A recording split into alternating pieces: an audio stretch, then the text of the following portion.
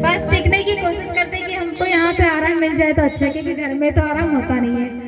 तीसरा है वो श्रोता होता है, जिसका ध्यान सिर्फ पंडाल में और कथा व्यास में ही होता है कि क्या बोल रहे हैं व्यास जी, क्या सुना रहे हैं। क्योंकि जब आप कथा सुन के बाहर जाओगे तो क्या करोगे, अगर आपसे किसी ने पूछ लिया कि कथा में क्या सुना आपने, व्यास जी ने क्या बताया, आप कहोगे नहीं कथा बहुत अच्छी थी, यही कहोगे ना कथा बहुत अच्छी थी। अरे बताया क्या, कहोगे नहीं वो पंडाल बहुत अच्छा था, व्यास जी बहुत अच्छे थे, बहुत सुंदर थे, बहुत हंसमुख स्वभाव के थे और बहुत अच्छी कथा करी, मगर कथा में बताया क्या ये आप नहीं बता पाओगे। तो हम जब यहाँ पर आते हैं कथा सुनते हैं तो हमें यही प्रयास करना चाहिए कि हम एक एक शब्द हमारे कानों में लेकर जाएं।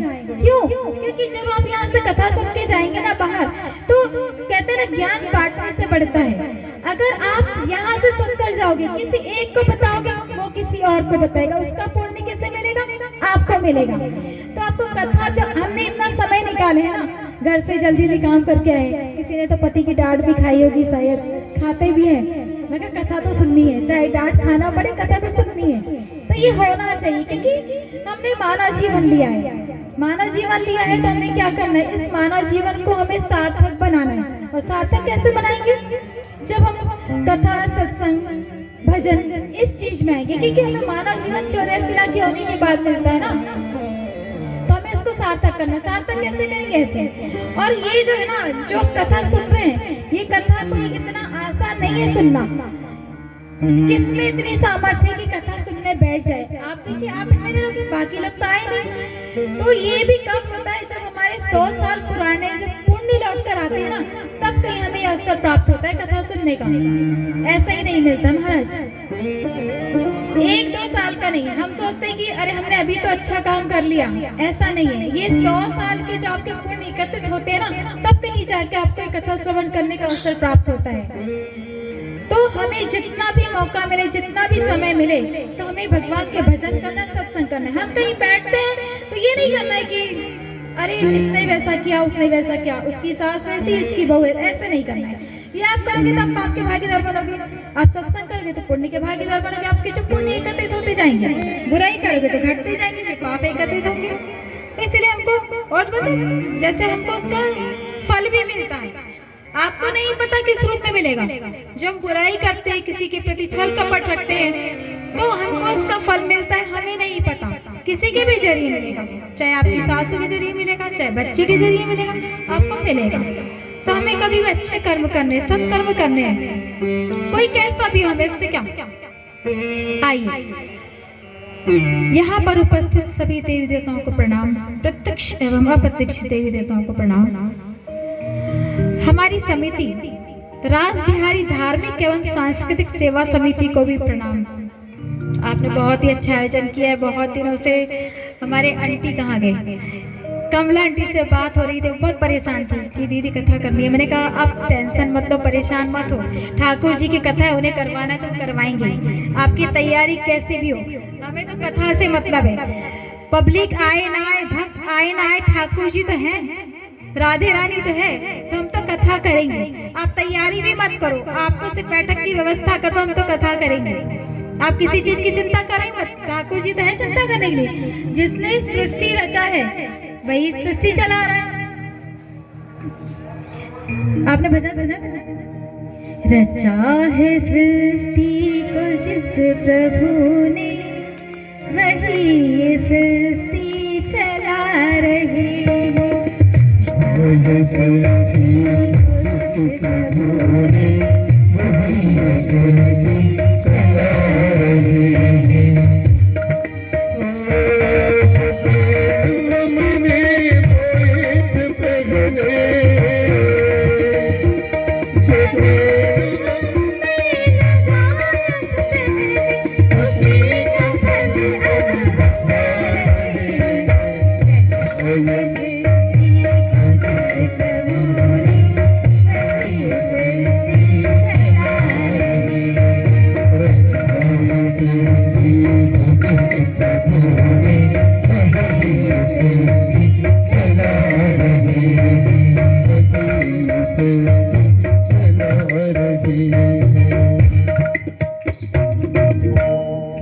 को बहुत बहुत धन्यवाद, प्रणाम।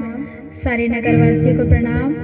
हमारे साथ संगति में संगत दे रहे हैं हमारे संगीत भाइयों, संगीतकार भाइयों को नमन करती हूँ। आप सभी यहाँ पर उपस्थित हुए सभी भक्तजनों को प्रणाम। आइए आज कथा का थोड़ा सार लेंगे, क्योंकि सब थक गए हैं सुबह। आज वैसे भी इतवार था तो घर में भी बहुत काम होता है, क्योंकि एक दिन तो मिलता है कि हम सारे काम कर लें, मगर आज वो भी काम शायद नहीं हुआ होगा आपका, ऐसा लग रहा है। किसी के चेहरे पे तो टेंशन दिख रही है कि घर जाके क्या होगा। यहाँ तो कथा सुन रहे, वहाँ घर में घमासान होगा, है ना। चलिए, भक्तवत्सल भगवान की जय, सांवरिया सेठ की जय। आइए कथा आरंभ करते।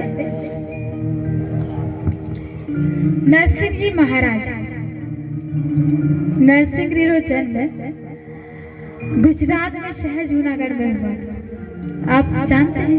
नहीं, आज सुनेंगे ना जी। एकदम आराम से बताएंगे ताकि आपको ध्यान में रहे। आप बाहर जाओगे तो आपको बताना है ये चीज, है ना। आज हम थोड़ा सा सार लेंगे, फिर कल से हम समय पे कथा प्रारंभ करेंगे। आप लोगों को जल्दी आना है। वैसे तो आज लेट हुआ है, पहला दिन है, कोई बात नहीं, किंतु अब कल से 2 से 5 हमारा समय रहेगा कथा का। तो आप समय पाएंगे तो आपको, जब आप शुरू से कथा सुनेंगे ना, तब आपको आनंद प्राप्त होगा। नहीं तो आधी अधूरी कथा में कैसे होगा। बोलते हैं, जाने बिन ना होए प्रतीति, बिन प्रतीति होए नहीं प्रीति। इसका अर्थ क्या है? जब तक हम इस विषय को जानेंगे नहीं, तब तक हमें इसका ज्ञान कैसे प्राप्त होगा कि क्या है। अब जैसे हम अपने घर में कोई इंस्ट्रूमेंट लाते हैं, कोई चीज लाते हैं, तो आपको तो नहीं पता कैसे चालू होता है। आप बहुत कोशिश करते हैं कि इसको देखे, खोल के देखे, बटन चालू करे, बंद करे, और नहीं हुआ तो जाएंगे उसके पास दुकानदार के पास, भैया तो चालू नहीं हो रहा। आपको पता ही नहीं है तो आप चालू कैसे करेंगे ना। तो ऐसे ही कथा का है, जब तक आप इसको जानेंगे नहीं तब तक आपको आनंद नहीं आएगा। और जैसे जैसे आपको जानने की कोशिश करेंगे ना कथा, आपको उतना ही आनंद आते जाएगा। जैसे जैसे गहराई में डूबोगे आपको उतना आनंद आएगा। अब जैसे हम कथा करते हैं, कहीं कुछ भक्त कहते हैं आज दीदी आनंद नहीं आया, पहले तो बोलते मजा नहीं आया। तो हमें मजा शब्द को तो इस्तेमाल नहीं करना है। क्यों? मजा किसे कहते हैं कि हम जाके होटल में भोजन कर आए, आज तो मजा आ गया, आज हमको कुछ अच्छा खाना मिल गया, भोजन मिल गया, आज तो मजा आ गया। जो हम यहाँ पर सत्संग कर रहे हैं तो उसको आनंद, हम यहाँ बैठे किस लिए? आनंद लेने के लिए बैठे, तो हमको आनंद आना चाहिए। तो बस यही कि हम आनंद लेने बैठे। तो कहते हैं कि आज तो दीदी आनंद नहीं आया। क्यों नहीं आया भैया? आज हमने भजन नहीं गाए, आज हमने हमको नचवाया नहीं। अरे भैया, पहले दिन तो हम भूमिका करते हैं, जो हम कथा का सार लेते हैं, तो पहले दिन क्या होता है, हमको उसको पूरा करना होता है, तो हम भजन थोड़ा कम ही लेते हैं। दूसरे दिन से और जैसे जैसे हम कथा में प्रवेश करेंगे ना, आपको आनंद आता जाएगा। तो नरसिंह जी महाराज, नरसिंह जी रो जन्म गुजरात में शहर जूनागढ़ में हुए। नागर ब्राह्मण परिवार में। ब्राह्मणों में कई ब्राह्मण होते हैं, कोई नागर है, कोई कानपुज है, कोई मिश्रा, ऐसे अलग अलग जो होते हैं, आपको पता है ब्राह्मणों में। तो ऐसे नागर ब्राह्मण थे नरसिंह जी। ब्राह्मण परिवार में नरसिंह जी रो जन्म हुआ। पर नरसिंह जी रे जन्म से एक शारीरिक कष्ट था। कैसा कष्ट था? जन्म से अंधो, ना सुनाए छे और ना कानों से सुनाए छे और ना जुबान से बोले। नरसिंह जी जन्म गूंगा भी था और कानों से बहरा।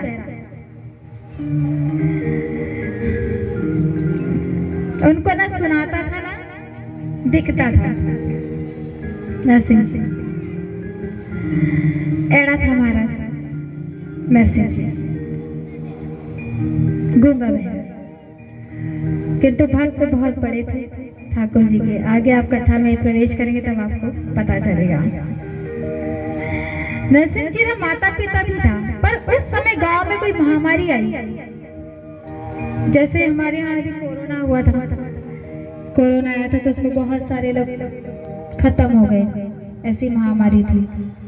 कोई घर में खत्म हुआ, कोई हॉस्पिटल में खत्म हुआ, कोई किसी के छूने से हुआ। ऐसी महामारी उस समय थी जब नरसिंह जी छोटे थे, तो उनके माता पिता स्वर्ग सिधार गए। अब नरसिंह जी की पत्नी, नरसिंह जी अपनी दादी रे साथ रहते, माता पिता तो स्वर्ग सिधार गए, नरसिंह जी अपनी दादी के साथ रहते हैं। और दादी के साथ दादी जहाँ जाती है तो उन्हें मंदिर में जहाँ कीर्तन होता है, सत्संग होता है, वहां लेके जाती है। नरसिंह जी री दादी नरसिंह जी रलियालिया मंदिर जाती है, जहाँ भी कथा होती, सत्संग होता, कीर्तन होता। और जैसे ही ठापड़ी मतलब जिसे पता चला, जैसे ही ठापड़ी के अरे कीर्तन हो रही है, कथा हो रही है, चले हाला। अब आजकल कोई मूवी लगती है या तो बच्चों को क्या करते हैं, पहले वहां ले जाते, चलो हमको भी शौक, चलो मूवी देखते, बच्चों को भी ले जाते हैं। और मॉल खुला है, कहीं नया मॉल खुला है, मेला लगा है, तो बच्चों को ले जाते हैं वहां। किंतु नरसिंह जी की दादी उन्हें मंदिर साथे साथे ले जाती है। हम नहीं करते। और जब हमसे कोई पूछता है कि बच्चों को क्यों नहीं लाए, तो हम क्या कहते हैं, अरे वो क्या करेगा, बोर हो जाएगा। ये सही है गलत है ना? अभी यहाँ देखो, मुझे बच्चे दिख ही नहीं रहे, गिनती के 2-4 बच्चे। तो जब तक बच्चों को शुरू से छोटे तब से संस्कार नहीं डालेंगे, क्योंकि बच्चों को संस्कार की उम्र 5 साल से होती है, तो उनको भी साथ में लाना है। तो क्या है, जब हम मॉल ले जाते हैं, मूवी ले जाते हैं, मेला ले जाते हैं, सत्संग क्यों नहीं, तो कोई ने पूछा कि अरे बच्चों को नहीं लाए, अरे वो क्या करेगा, बोर हो जाएगा, उसका क्या काम है।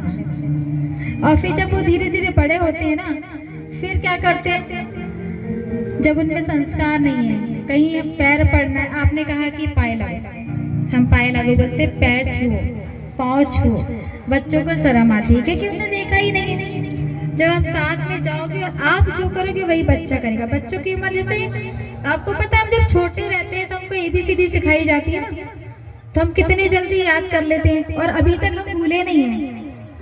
ऐसे ही बच्चों को जब बचपन से संस्कार डालेंगे तो वो भूलेंगे नहीं। फिर हम कहीं ले जाते हैं, अब संस्कार ही नहीं है, तो अरे इसमें संस्कार नहीं है, तो क्यों नहीं है, क्योंकि आपने डाले ही नहीं।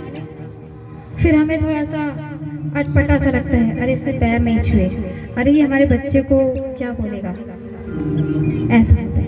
तो आप सबसे पहले देखिए कि क्योंकि आज अब जो कलयुग चल रहा है, या आज का जो संस्कार है और आज जो माहौल जो चल रहा है, उसको देखते हुए आपको बच्चों के साथ हम क्या करते हैं, मोबाइल पकड़ा देते, ले बेटा मोबाइल के। जो बच्चे छोटे भी हमने देखा है, बहुत जगह जाते हैं तो गोदी में जो बच्चे रहते हैं उनको दिखा देते, तोता देखो, कौन सा है ना एक तोता वो देखो, तो और हम अपने काम करने लगते हैं। वो तो छोटा है, अब उसको आदत आपने मोबाइल की डाली तो वो वही सीखेगा।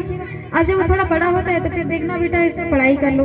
अभी कोरोना में ऐसे ही हुआ कि मोबाइल से पढ़ाई हो रही। अब बच्चे कितने बिगड़े, आप सच बता दो कि बच्चे कितने बिगड़े मोबाइल के चक्कर। हम तो दे के हट गए, हाँ बेटा इससे पढ़ ले। टीचरों ने भी कहा कि मोबाइल से पढ़ाई करवाएंगे, तो बच्चे, अब हमने मोबाइल तो दे दिया, वो बच्चे यूट्यूब में क्या देख रहे हैं, आप खोलो मोबाइल, आपको क्या दिखेगा, देखो। तो जो हमको दिख रहा है तो बच्चों को क्यों नहीं दिखेगा। और एक बार अगर बच्चे ने वो लत पकड़ ली तो फिर ठीक है। आप देखते हो कितने केस होते हैं कि बच्चे मोबाइल से वो पैसा उड़ा देते हैं, क्या कुछ गेम खेलते हैं, तो आपने दे दिया, आपका नुकसान हो गया। किसी के 5 लाख हो रहा है, किसी के 50,000 हो रहा है, क्या हम देखते हैं। तो हमको कभी भी बच्चों को अच्छे संस्कार देने की, भैया बेटा चलो मंदिर चलो, बेटा इनके पैर पड़ो, ये हमको संस्कार देने, तभी बच्चा आगे जाके कुछ बनेगा। अब अगर ऐसे घूम रहा है कहीं किसी बच्चे के साथ में, या कुछ संस्कार नहीं, तो बनेगा भी कैसे, उसमें संस्कार। और हम ही डालेंगे संस्कार। बोलते हैं ना, माँ से हम क्या कहते हैं, माई संस्कार देती है, पिता तो कहिए तो मातृभूमि क्या पूछते, मातृभूमि क्या है आपकी, पिता भूमि तो नहीं पूछते, मातृभूमि। तो माता सर्वश्रेष्ठ है और संस्कार देना माता का काम है, क्योंकि पिता तो बाहर कमाने जाएगा ना, हमें ही संस्कार देना। पिता कैसे देगा, पिता तो सुबह जा रहा है शाम को आ रहा है, उसे थोड़ी पता है कि दिन भर में क्या हो रहा है।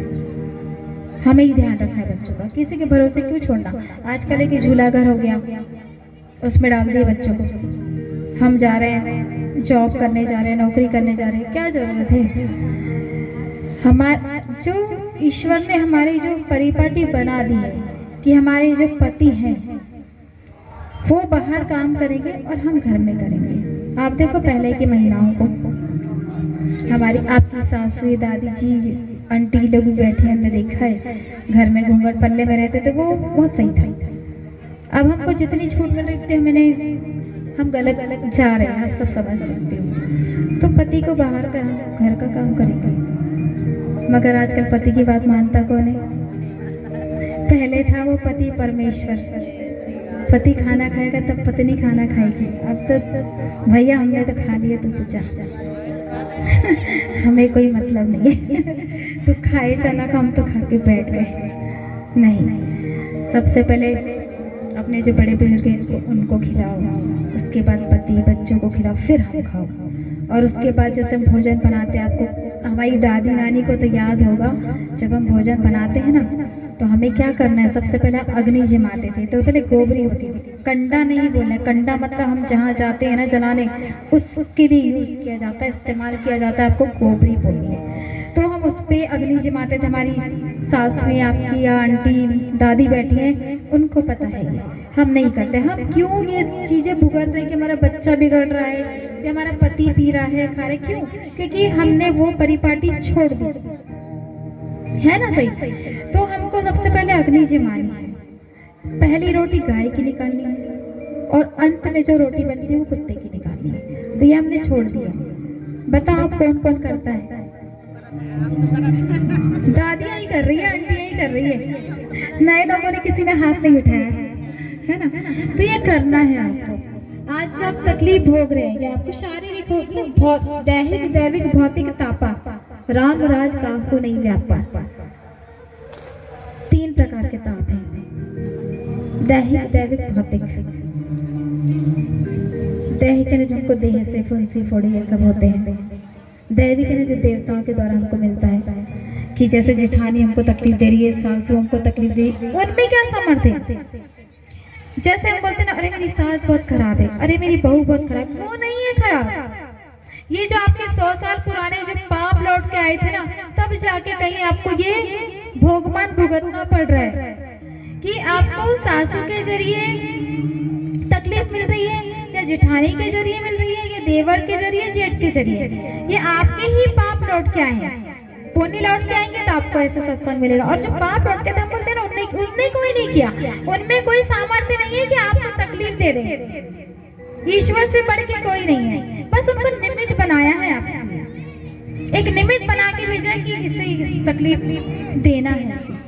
हम उन्हें गलत समझते हैं। ना कोई सासू गलत है, ना कोई बहू गलत है, ना कोई देवर, ना कोई जेठ, अपनी अपनी जगह सब सही है। भगवान एक निमित्त बनाता है।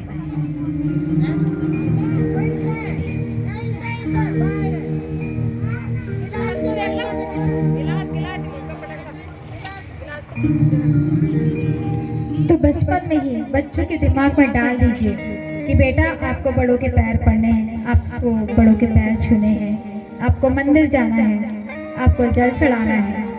आप जब पूजन करने बैठते हैं, आप बच्चों को साथ में लेकर बैठो। कौन कौन करेगा कल से? बस एक ही, बस अभी तो पहला ही दिन है, शुरुआत है कथा की। हाँ, और अभी आप हाथ ही नहीं उठा रहे, अभी से आज शुरुआत है, अंत कथा शुरू ही नहीं करी है। और एक ही आदत है, सब बोलिए, सब कल से यही काम करेंगे कि बच्चों को मंदिर साथ ले जाएंगे, उनको बड़ों के पैर छूने को कहेंगे। ये सब आज संकल्प हो यहाँ पे कथा में कि कल से आपको ये करना है। उसमें शर्म वाली बात नहीं है, संस्कार है ये। मूवी मत ले जाइए, मेला मत ले जाइए।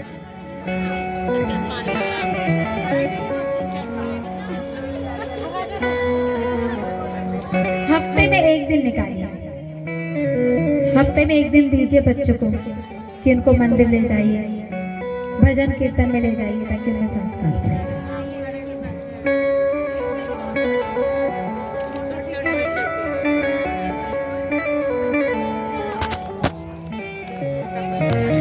हम जानते हैं कि धन कमाना बहुत आवश्यक है, क्योंकि धन के बगैर तो जीविका ही नहीं चलेगी। किंतु धन के साथ साथ बच्चों को संस्कार भी जरूरी है, बच्चों को ले जाना भी जरूरी है, क्योंकि आजकल पति पत्नी दोनों भी धन कमाने में लगे कि महंगाई इतनी है, किंतु धन कमाने के चक्कर में हम बच्चों को भूल जाते हैं। तो ये नहीं करना, पहले सोचो कि पहला बच्चा फिर आप हो, क्योंकि ठाकुर जी ने व्यवस्था की है ना, आप कौन होते व्यवस्था करने वाले? अगर उन्होंने हमें धरती पर भेजा तो व्यवस्था भी करी कहीं ना कहीं। सुख के साथ दुख है, सही के साथ गलत है, तो दोनों पहलू है। तो आपको चिंता करने की आवश्यकता नहीं है, चिंता करने वाला वो बैठा है, ईश्वर बैठा है।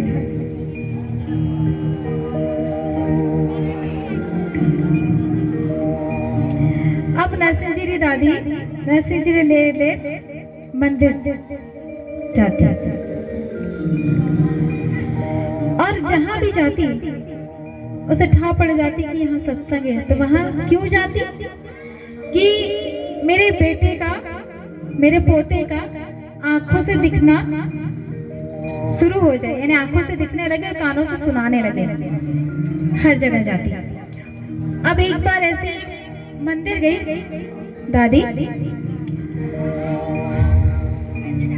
और वहां एक महाराज जी आया था, एक महाराज जी आए थे, वहां गई। अब वो महाराज जी जैसे ही देखे, डोकरी कहते थे ना, जो पहले की जो माताएं हैं उन्हें डोकरी कहते थे। अब वो जैसे ही आते देख तो वो कहे कि अरे डोकरी आ गई, इनको कोई, इन्हें कोई काम तो है नहीं, फालतू की पंचायत ही करे। तब वो जैसे ही देखे तो वो आँख बंद कर ले, महाराज जी आँख बंद कर ले कि ओम नमः शिवाय करने लगे। अब दादी कहे कि महाराज जी मुझे देखे तो मैं हमारे पोते रे आशीर्वाद दिला। और महाराज जी तो एकदम चिंता में पड़ गए। काहे नहीं चिंता में पड़ गया? कि माता खाएगी डोकरी आज, ये डोकरी आज माता खाएगी। और बार बार आंख मीच ले, जैसी आए आंख मीच ले, और डोकरी ढूंढ ढूंढ के देखे, महाराज ओ महाराज, महाराज ओ महाराज। अब महाराज सुने कोनी, ओके महाराज तो सुने कोनी। फिर कहे महाराज ओ महाराज, फिर आवाज दे महाराज ओ महाराज, ओ महाराज। महाराज सुने कोनी, तो महाराज सुने कोनी। अब फिर वो ढूंढ ढूंढ के देखे कि महाराज आंख खोले कहीं, महाराज आंख खोले कहीं, महाराज तो आंखें खोले कोनी। अब फिर कहे महाराज जय श्री कृष्ण। फिर भी महाराज बोलिया नहीं, महाराज ओम नमः शिवाय, महाराज ना बोले। महाराज तो बोले कोनी। अब लोग धीरे धीरे धीरे धीरे खसकते खसकते महाराज के पास पहुंच गए। अब महाराज पहुंच गई, और फिर महाराज ओ महाराज। अब महाराज अपनी माला फेरे, मंत्र जपे, सोचे डोकरी ने अगर मैं देखो कोनी, आंखें खोलू कोनी, तो ये तो मैं हमारा मंत्र ही भूल जाऊं। मैं भी महाराज ओ महाराज, महाराज ओ महाराज, महाराज ओ महाराज करने लगूं। ऐसे तो कई काम है थारे। महाराज हमारे पोतों ने आशीर्वाद दिया, हमारे पोते ने आशीर्वाद दिया। हमारा पोता बोले कोनी, सुने जे कोनी। तो महाराज बोले, जैसे ही महाराज ने गोदी में लिए नरसिंह जी को और उनके सिर पर हाथ रखे, तो महाराज बोलते डोकरी थारो पोतो तो बहुत बड़ो भक्त बनेगो। तो कैसे भक्त बनेगा?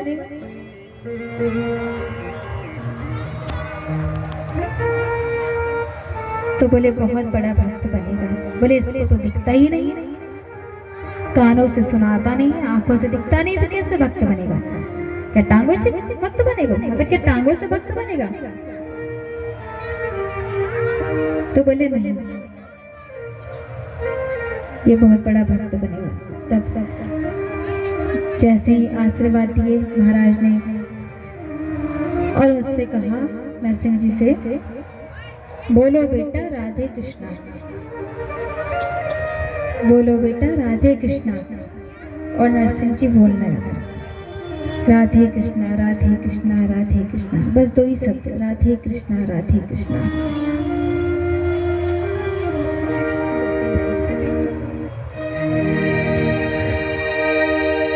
राधे कृष्ण कृष्ण कृष्ण राधे राधे, राधे कृष्ण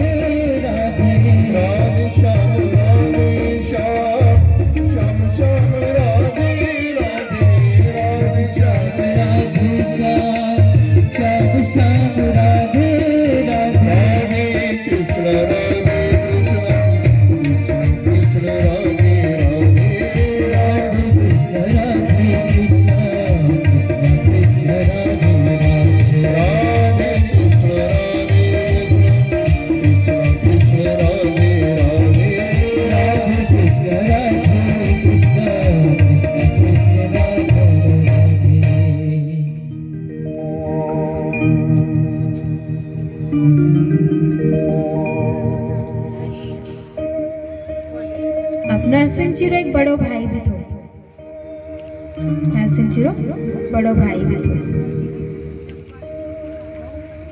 बड़े भाई रे बहू यानी नरसिंह जी री भाभी, ओरो स्वभाव बहुत ही तेज, आग जैसे रहता है ना। किसी किसी का स्वभाव एकदम, एक शब्द बोला कि एकदम आग बबूला हो जाए, ऐसे नरसिंह जी की भाभी।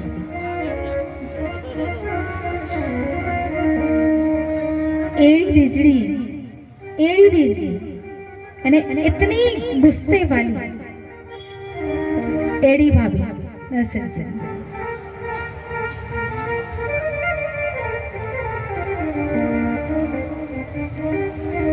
नाक पे ही गुस्सा रहता था, किसी ने कुछ बोला कि बिल्कुल यहाँ से यहाँ आ जाएगा, तो जुबान से फिर क्या बोले कुछ समझ नहीं आएगा, ऐसे एकदम तेज।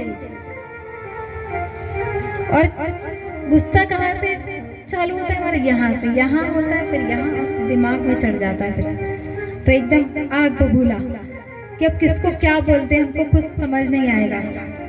गुस्से में इंसान कुछ की कुछ बोल जाता है, फिर बाद में सोचता अरे मैंने तो ऐसा कह दिया, गलती हो गई, फिर क्षमा भी मांगेंगे।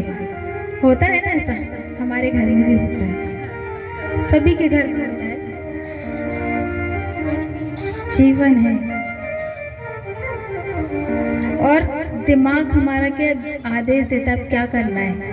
यहाँ से गुस्सा चालू हुआ, यहाँ से निकला, और ये दिमाग हमको बोलेगा क्या करना है, आपको क्या करना है, किसको क्या बोलना है, कहाँ जाना है, क्या पटकना है, क्या उठाना है, ये सब आपको दिमाग आदेश देता है और हम करते हैं। ऐसे ही नरसिंह जी की भाभी, उसे हर जगह से सब समाचार मिलते हैं, तो वो आदेश देता है अपना दिमाग कि सब यहाँ ऐसा हुआ, वहाँ ऐसा हुआ, अब उसका जवाब क्या देना है, किसको कहाँ बताना है। तो समाचार जब मिलते हैं तो फिर हम उसको निकालते हैं किसी को बताने के लिए, ऐसे।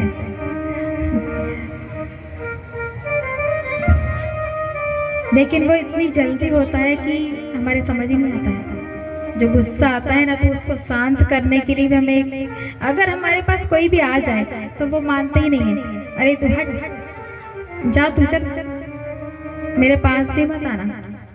ऐसे हमारा दिमाग एकदम उत्तेजित हो जाता है। जब भी गुस्सा आए तब एक कमरे में बैठ जाए अंदर, भगवान के पास माला जपते हुए आपका सारा गुस्सा शांत हो जाएगा। एक माला पे से हम एक बात आपसे कहना चाहेंगे कि जब हम माला फेरते हैं, पहले तो ये जो हमें सिखाया गया, हम बता दें कि जो हमारा गुरु मंत्र होता है, गुरु मंत्र जो होता है वो हमें एक स्थान पर बैठकर, एक आसन पर बैठकर ही करना है। आसन बदलना नहीं है। और ऐसा नहीं कि हमने उस आसन पे बैठकर पूजन किया, माला की, और उसी पे बैठकर हमने भोजन किया, वो नहीं करना है। जो हमारा गुरु मंत्र का आसन है वो हम ही बैठेंगे। कोई मेहमान आता तो हम कहते हैं अरे उसको आसन दे दो, वो आसन कभी नहीं देना है। आपको सिर्फ आपका आसन आपका ही होगा, चाहे आपकी भाई हो, पति हो, बच्चा, कोई नहीं बैठेगा।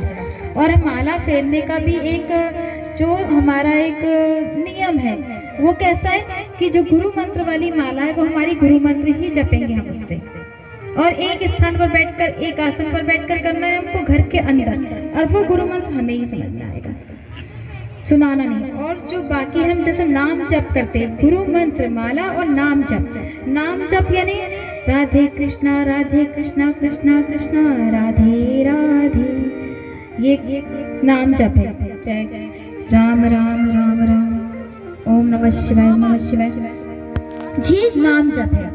गुरु मंत्र आपके जो गुरु देते हैं गुरु मंत्र है, उसको आपको घर में, हम देखते हैं, हमने वृंदावन में भी हमने बहुत से लोगों को ये कहा है, जो हमने देखा है कि आप ये माला फेरते हो रास्ता चलते तो कि ये गुरु मंत्र वाली माला है। कोई कहता है तो गुरु मंत्र वाली जो माला है आप रास्ते से कैसे फेरते जा रहे हो?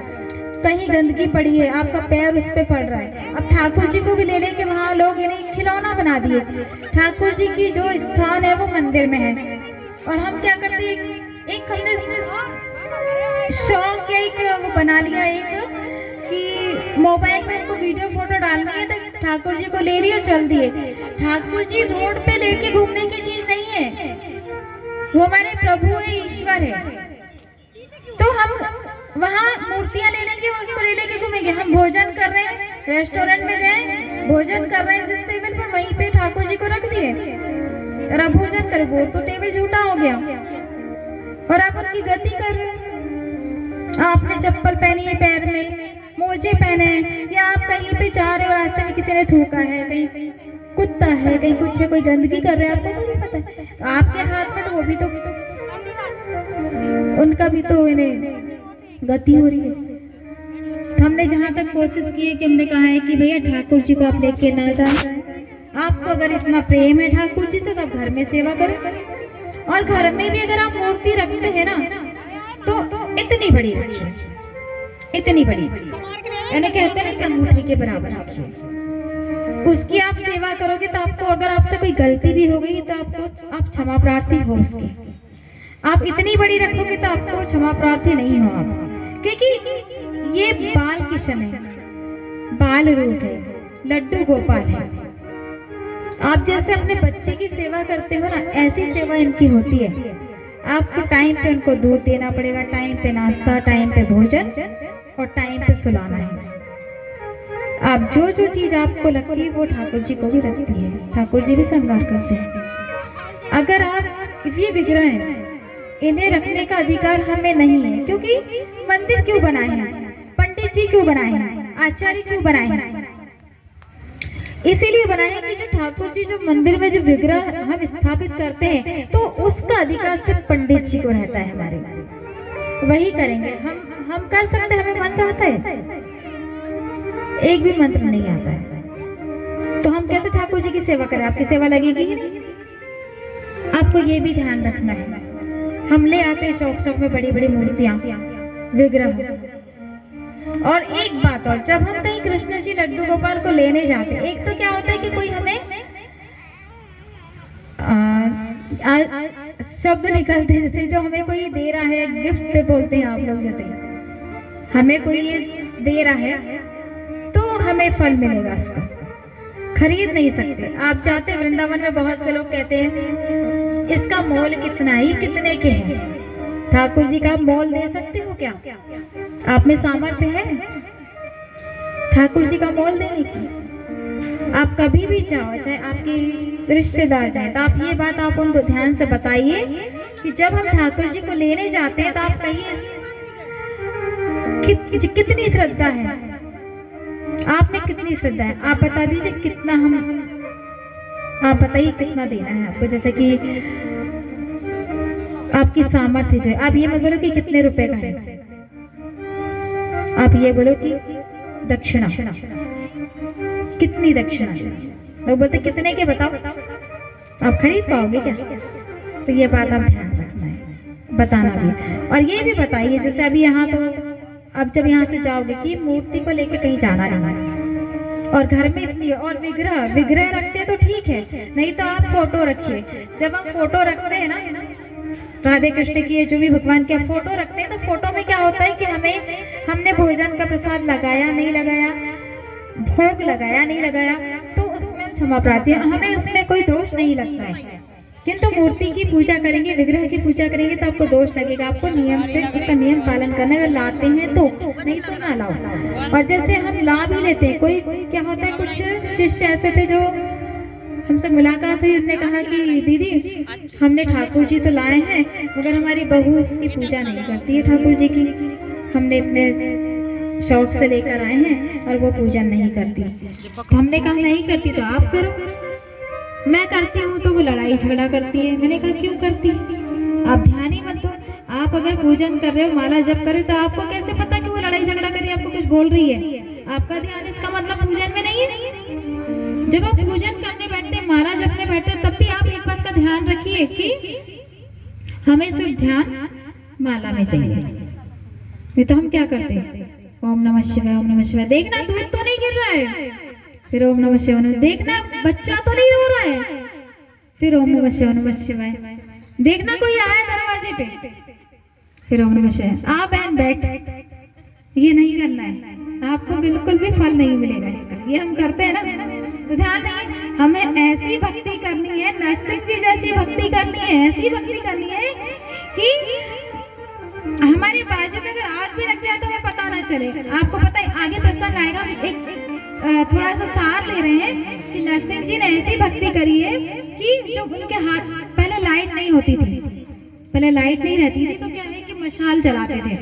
अब ठाकुर जी ने जब इन्हें महादेव जी की पूजन करी, उन्हें प्रसन्न किए,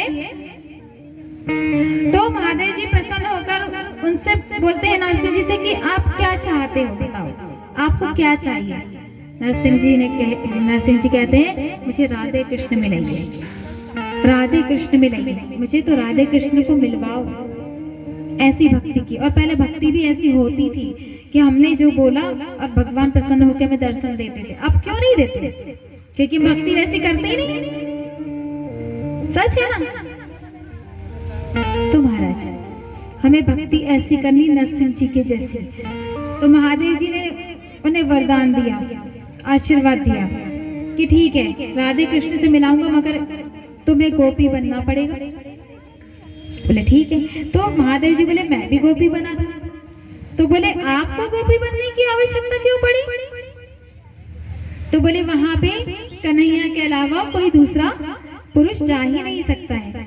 महादेव जी ने भी पार्वती जी से प्रार्थना की, उन्हें मनाया कि मुझे भी ले चलो। आपने भजन सुने होंगे, महादेव जी भी गोपी बने। तो जब गोपी बने तो महादेव जी का नाम तब से गोपेश्वर महादेव पड़ा। बोले गोपेश्वर महादेव की जय। तो वो गोपी बीच में जब गए थे रास देखने, कन्हैया के रास देखने गए थे, खुद नहीं करना था, उनको रास देखना था। तो उन्होंने पार्वती जी को बहुत मनाया, बड़ी मुश्किल से मानी, ठीक है आप पेड़ के नीचे खड़े रहना।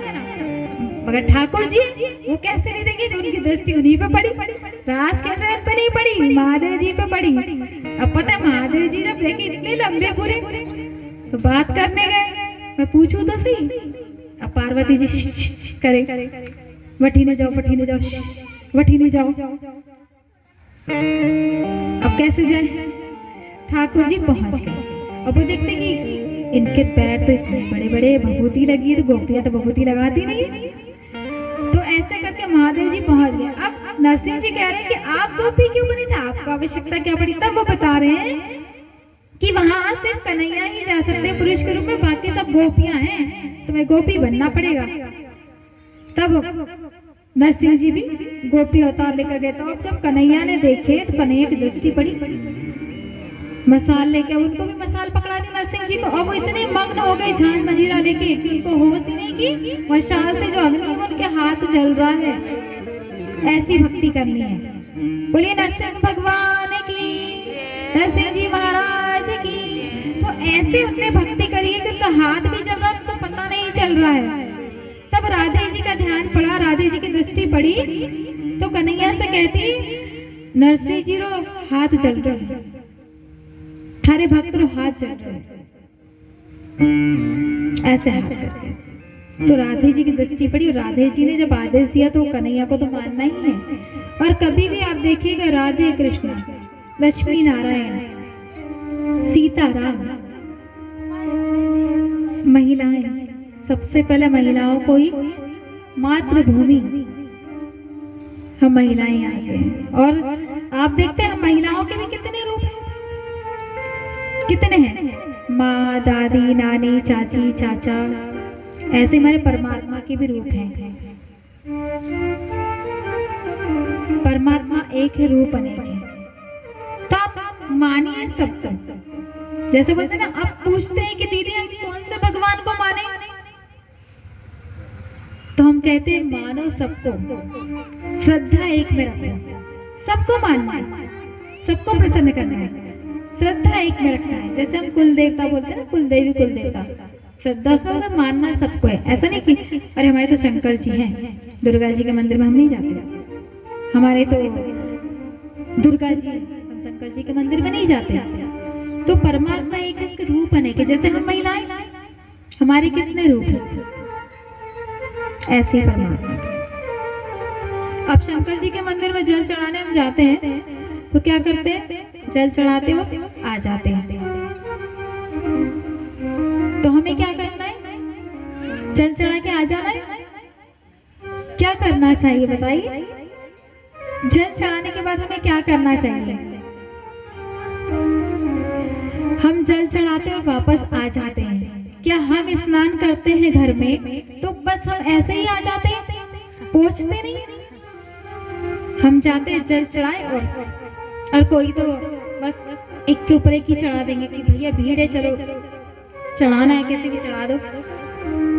तो हमको अब अगर किसी ने पूछा कि क्यों भैया जल नहीं चढ़ा रहे हो, आपने पूछा नहीं, अरे फिर तो वापस चढ़ा देगा वो, अरे वो फिर से चढ़ा देगी महिला, क्या करना है, ठीक है चढ़ गया। ऐसा नहीं है कि अरे अभी हम पहुंचेंगे फिर वापस कोई जल चढ़ा देगा, फिर वापस कोई फूल चढ़ा देगा। महाराज आप अपना कार्य करो ना, आप अपने कर्म करो, आगे कोई क्या कर रहा है वो मत देखो। अगर आप आज स्नान करके आ जाओ, बच्चे से ही ले लो, आप बच्चे का स्नान करके आप उसको वैसे बिठा दोगे, पहुंचोगे नहीं, गीला से कपड़े पहना दोगे। तो महादेव जी को भी जब जल चढ़ाते हैं तो उनको जो एक वस्त्र रहता है, कोरा वस्त्र, उससे पोछो, उसके बाद उनका तिलक करो, फूल पुष्प चढ़ाओ। हम बस चढ़ाए भागते हैं मंदिर जाने का भी शौक और वहां से जल्दी आने का भी कि चलो जल्दी रोटी को लेट हो रहा है, पति चिल्लाएंगे, नहीं हम सबके लिए समय निकालते हैं ना। हम कहीं जाना रहता तो कैसे मैचिंग की साड़ी, मैचिंग की चूड़ी, मैचिंग का सारा सामान हम निकालते हैं, उसके लिए हमारे पास समय अगर नहीं रहेगा तो हम बाजार जाकर लेकर आएंगे और हम क्या करते सारे काम कर लेंगे, किंतु क्या करेंगे, भगवान को छोड़ के, भगवान आज माफ करना प्लीज, भगवान आज क्षमा करना, आज आपकी पूजा नहीं कर पाए, सब हाथ जोड़ के जा रहे हैं, करते हैं ना बहुत लोग। तो महाराज ऐसा नहीं करना है। जिसने हमें धरती पर भेजा है, जिसने हमें मानव जीवन दिया है, उसको सबसे पहले पूजना। हमारा अगर कुछ रह जाता है तो चलेगा, किंतु ईश्वर को पहले पूजना है, क्योंकि ईश्वर को पूजने का अर्थ है कि जहां भी हम, आपने देखा होगा दुर्घटनाएं होती है, कितनी दुर्घटनाएं होती है, तो कैसे हम देखते हैं कि अरे वो ट्रक निकल गया, वो उसको खरोच भी नहीं आई, कहीं तो ऑन स्पॉट खत्म हो जाएगा, ट्रक निकला वो खत्म हो गया। क्यों? क्योंकि आप भगवान को भूल गए। और जहां भगवान को साथ लेकर चलते हैं, भगवान से जुड़े रहते हैं ना कहीं आपको उसका फल मिलता है। भगवान की अगर देर है अंधेर नहीं है, आप ध्यान रखना। तो क्यों बच्चा वो इतने बड़ा ट्रक निकल गया या ट्रेन निकल गई तो खरोच क्यों नहीं आई? क्योंकि वो कहीं ना कहीं भगवान उसके साथ है, ईश्वर उसके साथ है। और एक बात और बता दें, ईश्वर की प्राप्ति कब होगी आप जानते हैं? कौन जानते बताओ, कौन कौन जानता है ईश्वर की प्राप्ति कब होती है? बताइए दादी जी, आंटी, कैसे होती है आपको पता होना चाहिए। अच्छा, गुरु किस किसने बनाया? सबने बनाया तो आपको तो पता होना चाहिए, नहीं पता? चलिए हम बताते हैं। ईश्वर की प्राप्ति गुरु के द्वारा ही होती है। जब तक हम गुरु नहीं बनाएंगे ना, तब तक आपको ईश्वर की प्राप्ति नहीं होगी, क्योंकि गुरु के द्वारा ही हमें ईश्वर की प्राप्ति होगी। जब हमें गुरु मंत्र मिलेगा, जब हम मंत्र जाप करेंगे, मंत्र जाप कभी अभी बताया ना हमने कि गुरु मंत्र, जब गुरु मंत्र आप जपोगे ना, तब हमारे गुरु को अपने आप हमारी तकलीफ पता चलेगी, और वो जो गुरु जी है ना, हमारी तकलीफ ईश्वर तक पहुंचाएंगे और हमारी तकलीफ का हल ईश्वर निकालेंगे। तो हमारा रास्ता जो गुरु से होकर जाता है। जब तक हम गुरु नहीं बनाएंगे, तब तक हमारा कोई अर्थ नहीं है। यहाँ मानव जीवन का कोई अर्थ नहीं है। तो गुरु बनाना आवश्यक है। और कैसे बोलते हैं? पानी पियो छान कर, गुरु बनाओ जान कर। कैसे बनाना है गुरु? ऐसे नहीं, गुरु भी ऐसे बनाना है कि हमसे मुलाकात करे, हमसे मिले। हमें एक शिष्य ने कहा कि हमने गुरु तो बनाया है देवकीनंदन जी, किसी का नाम नहीं, हम एक उदाहरण दे रहे हैं। वो देवकीनंदन जी हमारे गुरु है, तो वो तो मिलते ही नहीं है। हम उन्हें फोन करते, फोन ही नहीं उठाते। हम उनके आश्रम में तो मिले ही नहीं, वो कभी मिलते ही नहीं है। तो महाराज, हमें गुरु कैसे बनाने जो हमारे पर ध्यान दे, या हमें ध्यान रखे कि हाँ ये हमारे शिष्य है, और उस लायक गुरु हो। ऐसा नहीं कि हम अब किसी को केसरी कपड़े पहन कर देख लिए, अरे गुरु जी है, इनको गुरु बना लेना, अरे ये संत है। ऐसा नहीं है। आजकल संत के वेश में भी जो नकली चोला पहन के घूम रहे, वो भी गुरु है। आपको तो ज्ञान है नहीं। तो हम गुरु भी उससे ही बनाए जो उस लायक हो, जो दीक्षित हो, जो संत हो, सन्यासी हो, उन्हें गुरु बनाए। एक कीर्तन लेंगे गुरु जी का, सभी मिलकर। गुरु मैं तेरे चरणों की,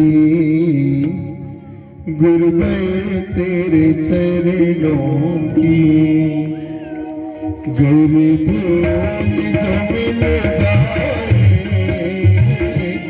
गुरु मैं तेरे चरणों की, गुरु धूल जो मिल जाए, सच कहता हूँ गुरु, सच कहता हूँ गुरु, तकदीर बदल जाए, गुरु मैं तेरे चरणों की, गुरु जो मिल जाए, गुरु मैं तेरे चरणों की। ध्यान से सुनिएगा, एक एक शब्द ध्यान से सुनिएगा कि भजन में क्या है। देखिए, पहले जो गाने होते थे ना पुराने, एक एक शब्द आप मायने रखते हैं। अभी के तो कहीं गाली, तो कहीं इंग्लिश, तो कहीं हिंदी, किंतु जो हम पुराने गाने सुनते हैं ना, एक एक शब्द हमारे एक उसका सार निकलता है। आप भजन भी बिल्कुल ध्यान से सुनिएगा, उसमें एक एक सार मिलेगा आपको, सभी सार।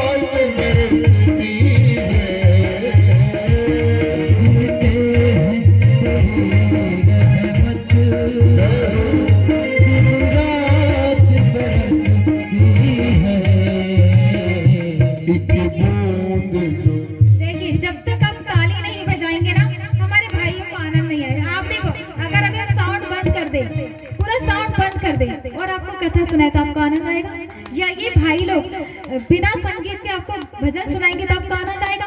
ऐसे ही जब तक आप ताली नहीं बजाओगे तब तक आपकी हाजिरी भी नहीं लगेगी और भाइयों को आनंद भी नहीं आएगा। तो आपको ताली के साथ भजन सुनना है।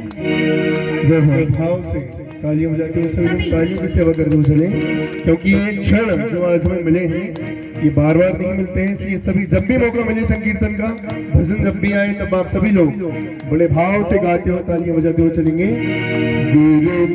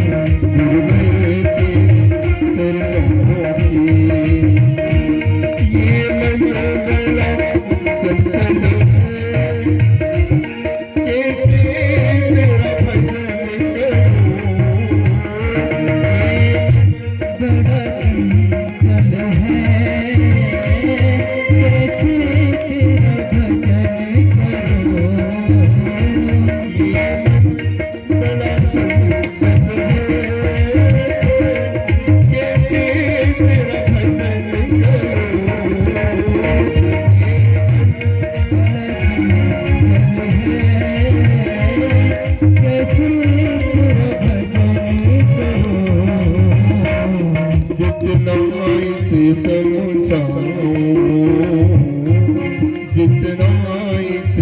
समझाऊं उतना ही मचलता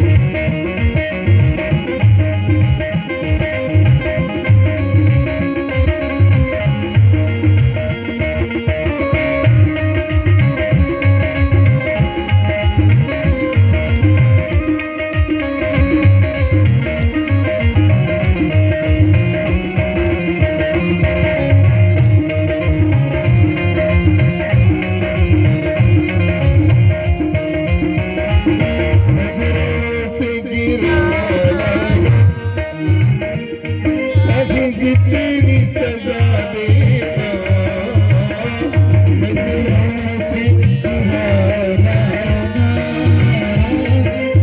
जितनी सजा देना नजरों से गिराना जितनी सजा देना नजरों से जो गिर जाए नजरों से जो गिर जाए मुश्किल है समझता तेरे चरणों की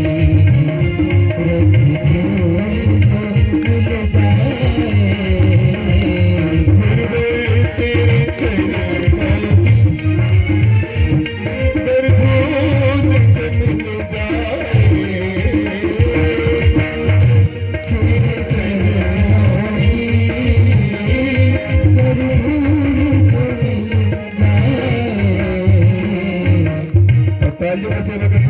सभी लोग तो सच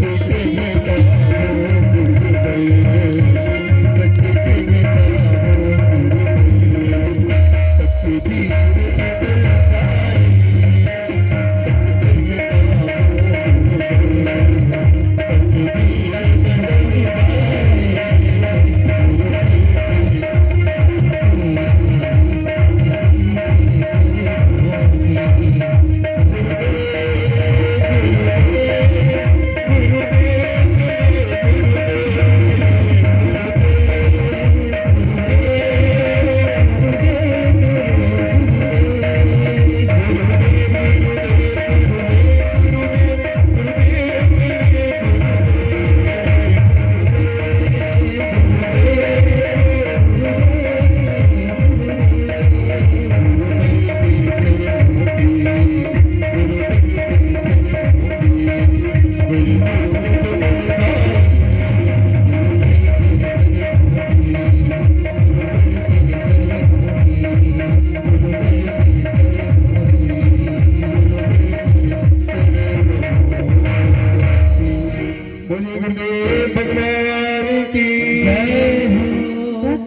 वत्सल भगवान की, नरसिंह जी महाराज की। तो महाराज एक प्रसंग याद आया, एक प्रसंग लेते हैं हम गुरु के ऊपर। एक महिला थी, तब आपको समझ आएगा गुरु कैसे।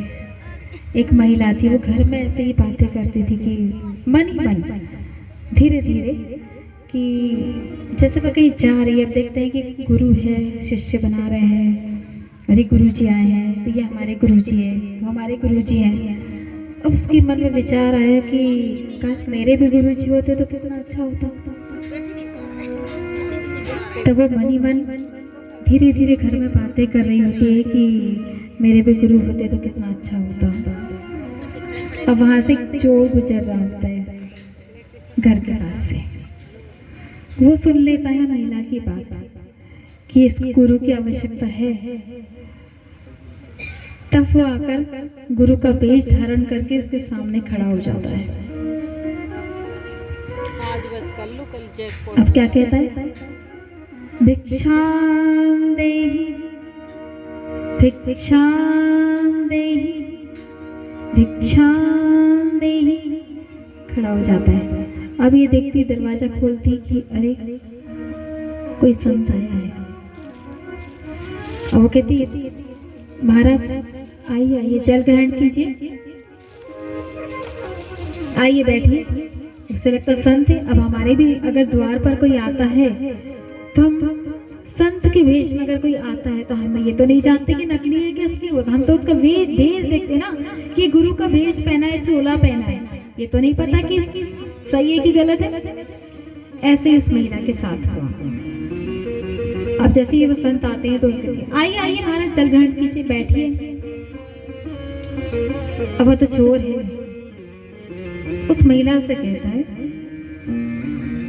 देवी क्या आपने गुरु बनाया? वो कहते नहीं। तो एकदम भड़क जाता है, अरे क्या बात है, आपने गुरु नहीं बनाया? तो फिर तो तुम्हारे हाथ से जल ग्रहण करना मेरे लिए बेकार है, मैं तो पाप में चला जाऊंगा। अगर तुम्हारे गुरु नहीं है तो फिर मैं तो आपके यहाँ भोजन भी नहीं कर सकता, जल ग्रहण भी नहीं कर सकता हूँ। मैं आपके हाथ से जल ग्रहण नहीं कर सकता हूँ। अब देवी सोचे महिला कि अगर मेरे द्वार से कोई संत खाली लौट गया तो मेरी जीने का कोई अर्थ ही नहीं है। और हमारे द्वार से कोई अगर खाली लौट गया तो हमें ही बुरा लगेगा कि हमने कुछ दिया नहीं। और कभी भी ध्यान रखिए कि हमारे द्वार पर अगर कोई आता है ना तो उसे खाली हाथ ना लौटाए, क्योंकि जरूरी नहीं कि सभी मानव या सभी जो संत है वो गलत ही हो। कभी ऐसा होता है कि किसी भी वेश में भगवान भी आ जाते हैं, जाने कि इस वेश में भगवान आ जाए तो हमारे द्वार पर किसी जैसे बच्चे के रूप में आ जाए। ऐसा हुआ है, एक स्थान पर ऐसा हुआ है। ब्याह था क्या, बेटी का ब्याह था, दही की आवश्यकता पड़ी, दही नहीं है। एंड टाइम पे याद आया कि दही चाहिए। और ये सच्ची घटना है, हमारे करीबी की एक सच्ची घटना है। तो दही नहीं है, दही नहीं है। अब दही रायता वगैरह पहले बनता था, आजकल तो बहुत कम है। तो वो ठाकुर जी स्वयं, आप यकीन नहीं करेंगे, ठाकुर जी स्वयं एक दही लेकर एक पुरुष आया और दरवाजा खटखटाने लगा, भाई दही चाहिए क्या? तो सब खुश हो गए, दही तो हमने कहीं मतलब आए नहीं दही वाला तो, और कहीं मिला ही नहीं, तो दही कैसा आ गया? तो वो और दही देने के बाद में जब उसे देखा कि अरे और चाहिए या कहाँ गया वो, जब ढूंढने गए तो वो गायब, कहीं नहीं दिखा।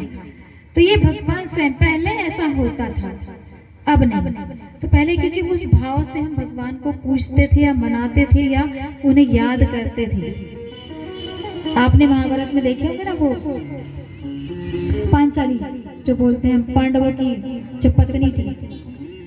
आप बताइए किस किस को पता है कि ठाकुर जी उनकी मदद करने क्यों नहीं आए थे, या धीरे धीरे क्यों आए, मतलब लेट क्यों आए? किस किस को पता है बताइए क्यों? जी जी जी जी हाँ क्योंकि जितने भी लोग बैठे थे द्रोणाचार्य और जो उनके 5 पांडव बैठे थे सारे लोगों को उन्होंने पहले मदद के लिए बुलाया और सब क्या करें नीचे मुंडी डालकर बैठ गए। कोई हेल्प के लिए नहीं आया, किसी ने सहायता नहीं करी। तो पांडवों की पत्नी की गलती ये थी कि उसने सबसे पहले ठाकुर जी को नहीं पुकारा। जब सब तरफ से हार गई, किसी ने उसकी मदद नहीं की, तब उसने आखिर में ठाकुर जी को याद किया। तो ठाकुर जी का कहना क्या था, उसने कहा कि आप मुझे बचाने नहीं आए, आप मेरी हेल्प करने नहीं आए, सहायता करने नहीं आए, आपने देर लगा दी।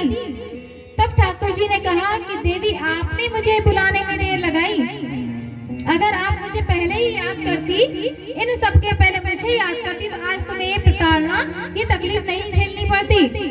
तो ये आपकी गलती थी कि आपने मुझे आखिरी में याद किया। हम भी यही करते, हम ईश्वर को सबसे आखिर में याद करते, ये सच है ना।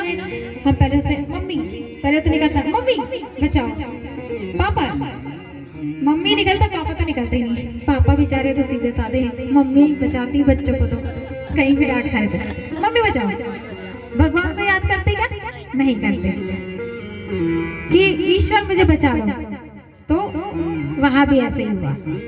तो अब ये जो देवी थी, तो वो गुरु जी जब बातें सुन ली तो बोले कि मैंने तो गुरु नहीं बनाया, अब क्या करें?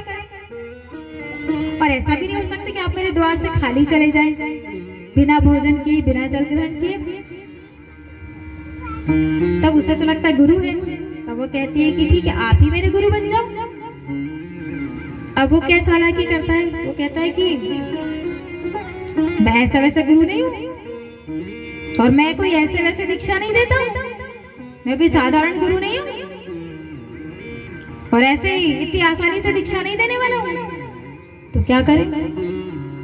आप एक काम करो, एक चादर लो, उसमें पूरा गहना जेवर जो भी है, मुद्राएं सब लपेटो और मेरे साथ पीछे चल दो। अब ये देवी जी पीछे चल दी क्योंकि उसे था कि गुरु बनाना है। अब देखो वो तो सच्ची भक्त है, उसने तो भरोसा किया कि ये गुरु है। आज हम बच्चों को बोल दें कि ये आपकी मम्मी है, उनको तो नहीं पता ना। हमने बोल दिया मम्मी है तो मम्मी है, ये पापा है तो पापा है। आज आपका बच्चा किसी और को तो मम्मी नहीं बोल सकता, अब उसको शुरू से बताएगा कि मम्मी है, ये पापा है, तो बच्चा वही बोलेगा, उन्हीं को पापा मम्मी बोलेगा, किसी और को नहीं बोलेगा। ऐसे ही गुरु और शिष्य बता दिए गुरु है, उनने मान लिया गुरु है। उसने कहा मैं दीक्षा दूंगा, वो चल दी पीछे पूरा सामान लेकर चद्दर में लपेट कर। अब ये और बोले मैं जंगल में दीक्षा दूंगा, ऐसे वैसे जगह नहीं देता मैं दीक्षा, जंगल में दीक्षा दूंगा। अब ये गुरु के पीछे पीछे चल दी। अब जब पीछे पीछे चल दी तो एक पेड़ दिखा। अब इसने क्या किया, उस महिला को, उस देवी को पेड़ से बांध दिया और क्या कहा कि जब तक मैं ना आऊं तब तक नारायण नारायण जपते रहना। अब वो तो सच्ची भक्त है, उसे कहा गुरु ने मुझे बोला है गुरु मंत्र, ये आपका गुरु मंत्र है, ये आपका गुरु मंत्र है और आपको इसको जपना है जब तक मैं आऊं ना, और मैं ही आके आपके बंधन से खोलूंगा। अब उसके तो दिमाग में बैठ गई बात कि नहीं, मेरे गुरु ने कहा है कि मैं ही आके खोलूंगा, बंधन से मुक्त करूंगा। तो वो तो गुरु का इंतजार करते रही। अब इंतजार करते करते क्या हुआ कि 12 वर्ष बीत गए और ये महाराज तो निकल लिए, पोटला लेकर निकल लिए और वो 12 वर्ष हो गए वो तपस्या कर रही, नारायण नारायण नारायण नारायण नारायण नारायण मंत्र जप रही है। अब इधर उस देवी के पिताजी देखते कि मेरी बेटी कहाँ गई, मेरी बेटी का ढूंढने निकलते हैं। अब ढूंढने निकलते हैं तो जंगल में बंदी दिखती है उनकी बेटी, देवी बंदी दिखती है। अरे बेटा तुम यहाँ कैसे, तुम्हें क्या हुआ, यहाँ कौन लेकर आया, चलो मेरे साथ घर चलो। वो जैसे ही खोलने की कोशिश करते हैं तो बोलती खबरदार जो मुझे हाथ लगाने की कोशिश करी, मुझे इस बंधन से मुक्त मेरे गुरु ही करेंगे, तुम नहीं, चले जाओ यहाँ से। मेरे गुरुजी ने कहा है नारायण नारायण जपना, और जब तक मैं ना आऊं तब तक बंधन से मुक्त नहीं होना है, मैं खुद आपको बंधन से आकर मुक्त करूंगा। तो पिताजी को भी, पिताजी निराश होकर घर आ गए। उन्हें तो यह है कि मेरी बेटी इतने दिन से कहाँ है, ढूंढ रहे हैं, भूखी प्यासी बंदी है, इसके साथ क्या हुआ क्या नहीं। तो वो तो एक भाव उनके अंदर है कि पिता है, पिता अपने बच्चों की तकलीफ कैसे बर्दाश्त करेंगे। तो वो लाने की जब कोशिश करते हैं तो उन्हें खबरदार करके वापस भेज देते हैं। कहती है मेरे गुरु आएंगे तभी मैं बंधन से मुक्त होंगी, मेरे गुरु ने कह के। अब 12 वर्ष बीत जाते हैं ऐसे करते करते। फिर नारायण है, नारायण जी जो क्या है वो नारद जी जो है ना, जो नारद मुनि का काम करते हैं नारद जी। अब नारायण देखते कि मेरी भक्ति करते करते इतने साल हो गए, इतने बरस हो गए, ये तो पिता से भी नहीं मानी, कोई और से भी नहीं मानी। तो क्या करते हैं, नारद जी को भेजते हैं, नारद जाओ उस कन्या को मुक्त करके लाओ, वो बंदी है, मेरा नाम जप रही है, उसको इतने वर्ष हो गए, आप जाओ और उसे मुक्त कर लाओ। अब जैसे ही वो नारद जी उस कन्या के पास जाते हैं, उस देवी के पास जाते हैं, देवी मैं नारद तुम्हें बंधन से मुक्त करने आया हूँ। तो वो क्या कहती है, आप कौन नारद, आप कौन है, मैं आपको नहीं जानती, मैं तो सिर्फ मेरे गुरु को जानती हूँ और आप मुझे बंधन से मुक्त नहीं कर सकते। क्यों नहीं कर सकते, क्योंकि गुरु की आज्ञा का पालन से करना है। और पहले हुआ भी था कि हमें, हमारे बड़े बुजुर्ग भी हैं, अगर उन्होंने कुछ बोल दिया तो पत्थर की लकीर है, वो हमें करना है। किंतु आज नहीं है, आज तो क्या है, अरे आपको नहीं समझता, आपको नहीं पता, हम जानते हैं ये हमारा जमाना है, हमें सब पता है क्या करना। आप तो चुप बैठो, आप एक तरफ बैठ जाओ। शादी ब्याह में भी जाते हैं तो सोचते हैं अरे बूढ़े डुकरिया को ना ले जाए तो अच्छा है, फालतू बड़बड़ करेगी, पकड़ पकड़ करेगी। किंतु आपने बहुत से लोगों ने सुना होगा एक कि वो एक बुजुर्ग टोकरी में बैठकर जाते हैं गाड़ी पर, आपने सुने होंगे, एक प्रसंग था, तो वो नहीं ले जाते हैं। अब उनको पता है तो क्या है कि वो गाड़ी में पीछे टोकरी में छुपकर चले गए। अब वो गाड़ी चले नहीं, गाड़ी बंद हो जाए, बारात जा रही है, बुजुर्गों को ले जाना पसंद नहीं है बच्चों को। अब वो बारात जा रही थी तो क्या करे कि अरे गाड़ी चालू नहीं हो रही, गाड़ी क्यों नहीं बढ़ रही है क्या। तो पीछे से बुजुर्ग कहते हैं कि बेटा तूने नारियल तो गाड़ी के आगे रख के फोड़ा ही नहीं। तो बुजुर्ग की याद आई ना, बुजुर्ग काम आए ना। तो कहीं भी हमारे बड़े बुजुर्ग जो वो गलत नहीं है, आप कहीं भी उन्हें नहीं ले जाओगे, आपको कहीं ना कहीं इसका भुगतान करना पड़ेगा और आप कहीं ना कहीं फंसोगे। उनका आशीर्वाद और उनका होना बहुत आवश्यक है। हमारे बड़ों, ईश्वर का और हमारे बड़ों का आशीर्वाद अगर हमारे सर पर नहीं है तो हम कुछ नहीं कर सकते। मंदिर में भी देखे होंगे आपने, मंदिर के सामने कितने भक्त लोग, कितने जो बैठे रहते हैं ना, गरीब जिन्हें हम दान देते हैं। तो दान देना भी जो एक बात है ना, इस पे प्रसंग निकला इसलिए कि दान देना भी सबके बस की बात नहीं है और सब में सामर्थ्य नहीं है, और सबके जिसके सर पर ईश्वर का हाथ है वही दान पुण्य भी कर सकता है, सब नहीं कर सकते। क्योंकि आपने देखा बहुत बड़े बड़े लोग आते हैं मंदिर, सब जाते हैं दर्शन करने, बाहर सब बैठते हैं रोज, किंतु जिसके सर पर ईश्वर का हाथ है वही दान भी कर सकता है। कोई एक ही पुरुष उसमें से निकलेगा, एक महिला जो कोई ब्लैंकेट बांटेगी, कोई रुपए बांटेगा, कोई भोजन बांटेगा, कोई एक या कोई दो, किंतु जाते कितने लोग हैं, एक दिन में कम से कम 100 लोग आते हैं, मगर देने वाला सिर्फ एक। तो उसमें भी ईश्वर की कृपा रही ना, वही दान कर सकता है, सब नहीं कर सकते। और दान तो करना चाहिए महाराज, हमारे कमाई का 10वां हिस्सा हमको निकालना है।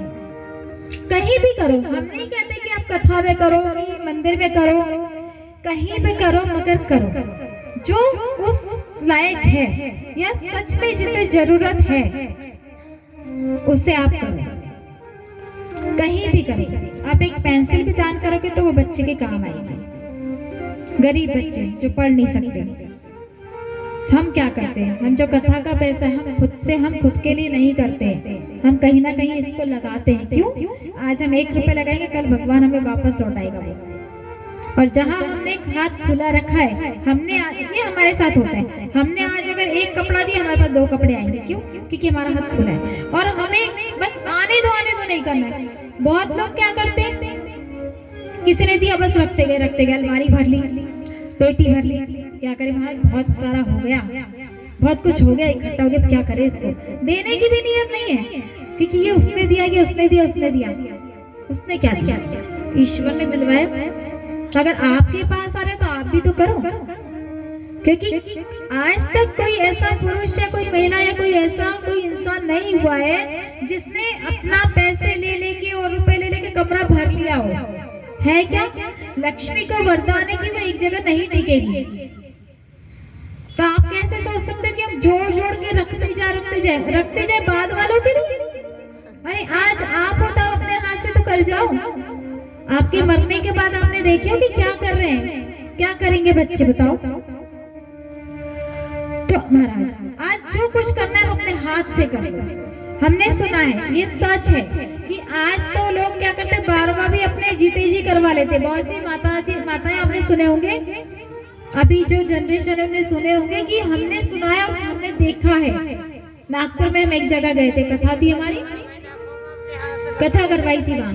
तो क्यों जीते जी क्यों करवाए कि पीछे से कोई करे ना करे। उनके मन में इच्छा थी कि हमें गौदान करना है, हमें पंडित को ये देना है, हमें कथा करानी है। उन्होंने जीते जी 12वां कर दिया, जो उनको अपने हाथ से देना था दे दिया। कोई गलत बात नहीं है, क्योंकि आप नहीं समझ सकते आज महंगाई इतनी है, आपके बच्चे, आपके पोते, आपका जो भी बहू है वो ये सोचेगी कि अरे पैसा बचे तो अच्छा है, अनाथ आश्रम में खिला देते 12 लोगों को। ये करते हैं जितना बच सके। आपने बचाया, आपने तो पूरा जान लगा दी बच्चों पे। आप खुद भूखे रहे ना, रहे कि नहीं? किंतु बच्चा ऐसा नहीं सोचता है। वो तो सोचेगा अरे आप बीमार भी होगे तो सोचेगा अरे क्या तुम बीमार रहती हो, हमेशा बीमार रहती हो, दिखा तो दिया डॉक्टर को। और आप रात भर जागे मेरे बच्चे का बिस्तर गिरा तो नहीं हुआ। आज हम बच्चों के लिए दर दर भटकते हैं, नहीं होते तो हम मंदिर जाते हैं। कहीं कोई पता चला कि बाबा जी आए हैं तो वो दवाई देते हैं बच्चे की, हम 9 महीने पेट में रखते हैं बच्चे को, तकलीफ सहन करते हैं। एक नरक का वास होता है, जो हम गरुड़ पुराण पढ़ते हैं ना, गरुड़ पुराण सुने होंगे आपने, तो जो वो है वो एक नरक जो पेट है जहाँ से निकलते, और हम ईश्वर से प्रार्थना करते भगवान हमें निकाल दो, भगवान हमें निकाल दो, ईश्वर हमें निकाल दो, हम आपकी सेवा करेंगे, आपकी पूजन करेंगे। निकलने के बाद क्या सब भूल गए। हम जितना आज बच्चों के लिए करते हैं, बच्चे हमारे लिए क्या कर सकते हैं। तो आपको जितना भी करना है, दान पुण्य करना है, आपका कुछ भी अपने हाथ से करना है, अच्छा कार्य करना है, धर्म का कार्य करना है, आप अपने हाथ से कर आगे की मत सोचो। और जितना आप करोगे उतना आपके पास वापस आएगा, लगे तो डबल ही आएगा। अब नारद जी वहां पहुंचे कन्या को, महिला को, देवी को छुड़ाने के लिए। तब कहती आप कौन, मैं आपको नहीं पहचानती। अब नारद जी वापस नारायण के पास गए। नारायण वो तो कहती है कि मैं मेरे गुरु आकर ही बंधन से मुक्त करेंगे। तो बोले उस चोर को ढूंढ कर लाओ, कहाँ है? जो गुरु बना था, उसे जो धोखा दिया है, उसे ढूंढ कर लाओ, कहाँ है? उसके पहले नारद जी जब आते तब नारायण भी उनके पास जाकर प्रार्थना करते, देवी मैं नारायण। तो आप कौन नारायण? उसको तो गुरु ही दिख रहे, कौन नारायण? मैं आपको नहीं पहचानती। कहते मैं आपको बंधन से मुक्त करने आया हूँ, इतने वर्ष हो गए आप नाम जप कर रहे हो। बोले नहीं, मेरे गुरु ने मुझे मंत्र देकर गए हैं नारायण नारायण नारायण जपने का, और ये कहकर गए हैं कि जब तक कि मैं ना आऊं तब तक कि इस बंधन से मुक्त नहीं होना है। तो मैं किसी के भी हाथों से बंधन से मुक्त नहीं होना चाहती। जब तक मेरे गुरु यहाँ नहीं आएंगे तब तक मैं मुक्त नहीं होंगी। तब नारायण नारद को भेजते कि जाओ उस गुरु को ढूंढ कर लाओ जिसने इसे यहाँ बांधा है और गुरु मंत्र देकर गया है। तब नारायण वहाँ देवी को दर्शन देते हैं और नारद जी भी उस गुरु को पकड़ कर लाते हैं। तब कहती है गुरु जी देखो नारायण आए हैं मुझे बंधन से मुक्त करने, देखो नारायण आए हैं। तब गुरु कहते नारायण मुझे तो नहीं दिख रहे। बोले नहीं ये तो खड़े हैं, और उनने तो मंत्र दिए थे नारायण नारायण नारायण। वो गलत, मंत्र तो सही था, गुरु गलत था मगर मंत्र तो सही था, तो नारायण की प्राप्ति हुई। तब कहते कहाँ है देवी नारायण, मुझे भी दर्शन करने हैं। तब देवी कहती है कि नारायण आप मेरे गुरु को भी दर्शन दीजिए। तो आज उस भक्त किसके जरिए, भक्त के जरिए गुरु को दर्शन हुए, भगवान के। गुरु गोविंद दो खड़े काकी लागू पाए, बलिहारी गुरु आपकी गोविंदियो मिला। आज उस भक्त के कारण, आज उस भक्त के कारण नारायण के दर्शन हुए उस गुरु। ऐसे भक्त और भगवान का मिलन होता है, एक सच्ची भक्ति।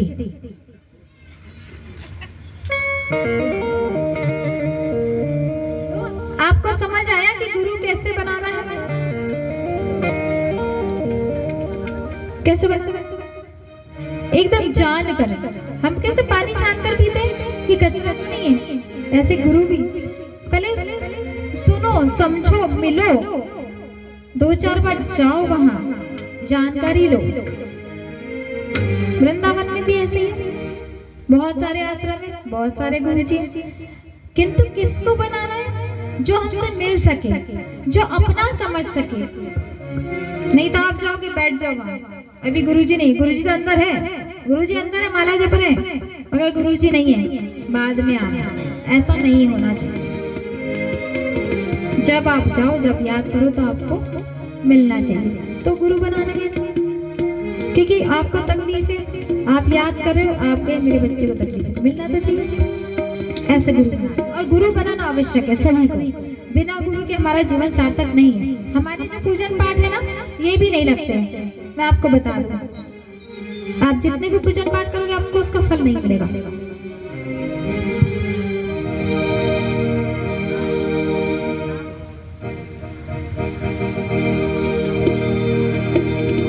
बोलिए भक्तवत्सल भगवान की जय।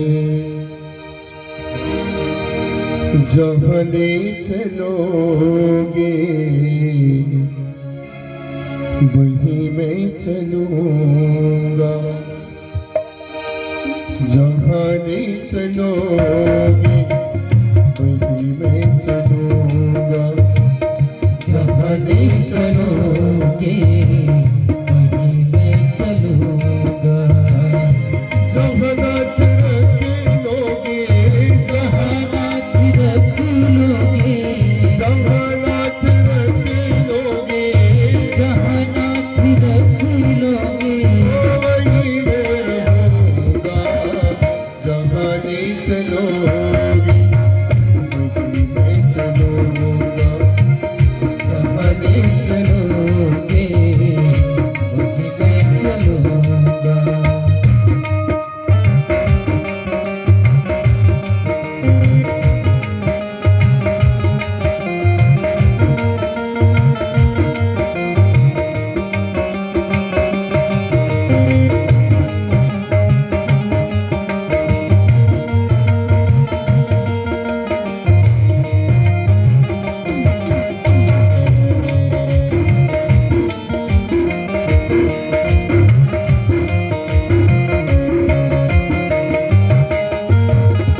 ये जीवन समर्पित शरण में तुम्हारे, तुम्ही मेरे सर्वस्व, तुम्ही प्राण प्यारे। जीवन सर्वस्व तुम्ही प्राण प्यारे। जीवन समर्पित शरण में तुम्हारे, तुम्ही मेरे सर्वस्व, तुम्ही प्राण प्यारे। तुम्ही छोड़ कर नाथ, तुम्ही छोड़ कर नाथ, किससे कहूँगा। जहाँ ले चलोगे वहीं मैं चलूंगा, जहाँ ले चलोगे वहीं मैं चलूंगा।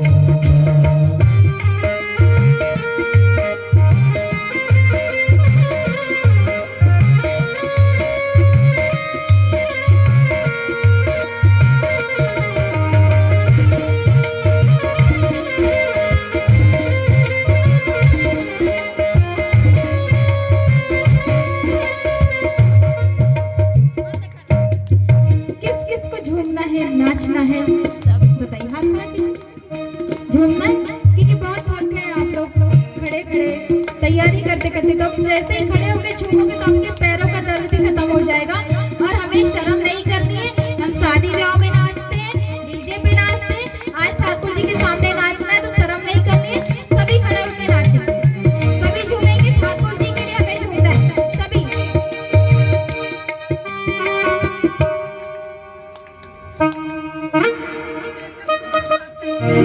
सभी खड़े होकर बोलिए राधा कृष्ण भगवान की जय हो।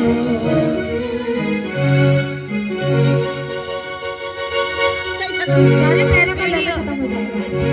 मीठे रस से भरी रानी श्री राधे,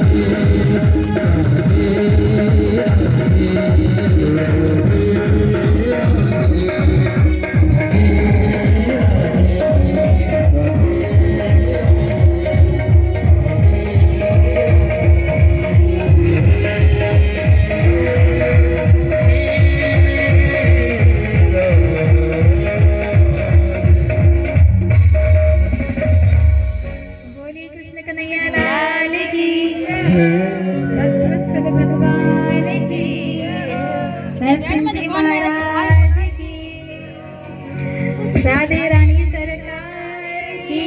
जय। देखिए महाराज, आज जिसने भी ठाकुर जी के सामने नृत्य किया है उनकी तो हाजिरी लग गई। अब जितने लोगों ने आज नहीं नृत्य किया है उन्हें कल करना पड़ेगा, क्योंकि हमारे पास 3 दिन है, 3-4 दिन, कितने दिन है? 4 दिन है। तो अब पहले दिन अगर आप लगाते हो first impression and last impression है, पहली बार आपने अगर ठाकुर जी को खुश कर दिए तो वो अंत तक खुश रहेंगे। अभी एक भजन हम और लेंगे, फिर आरती करेंगे। और आज रविवार का दिन है, सभी महिलाओं को काम भी रहते हैं और सुबह से मुझे पता है वैसे तो बहुत दिनों से तैयारी चल रही है। तो अब हमको यहाँ तो कथा सुना, नृत्य कर रहे हैं, आनंद ले रहे हैं। ऐसा ना हो कि घर जाके फिर हमको कहें कि आप तो पंडाल में ही रहो, 5 दिन वही रहो, तो ऐसा ना हो। इसलिए हम आज कथा का समापन करेंगे एक भजन के बाद। और जितने लोगों ने हाजिरी नहीं लगाई है उन सबको लगाने, पुरुष को भी लगाने, क्योंकि पुरुष को भी आनंद लेने का मौका मिलना चाहिए। महिलाएं तो बहुत आनंद लेती है मगर पुरुषों को बहुत कम मौका मिलता है। तो आज सभी नृत्य करेंगे ठाकुर जी के सामने। पहले दिन अगर आपने हाजिरी लगा दी तो अंत तक लगी रहेगी आपकी। चलिए, इसके बाद आरती की तैयारी करें पंडित जी। और कल से सभी 2 बजे का समय हमने कथा का रखा है। आप देखिए, जब शुरुआत में आएंगे, प्रारंभ में कथा के आएंगे तो आपको कथा का आनंद आएगा। आज थोड़ा सा आया हुआ हमें पता है, आज आपको समझ नहीं आई। जब हम पहले दिन से दूसरे दिन में प्रवेश करते हैं तब धीरे धीरे हमने कहा ना कि आपको कथा का आनंद आएगा और आपको कथा का सार समझ आएगा। तो कल आप समय पे आइएगा 2 बजे से, ठीक है? तो आप आएंगे तो हम आएंगे, और हम आएंगे तो कथा सुनेंगे, और हम कथा सुनाएंगे तो घर जाओगे। तो आपको समय पे आना है। चलिए, राधे राधे, राधे राधे।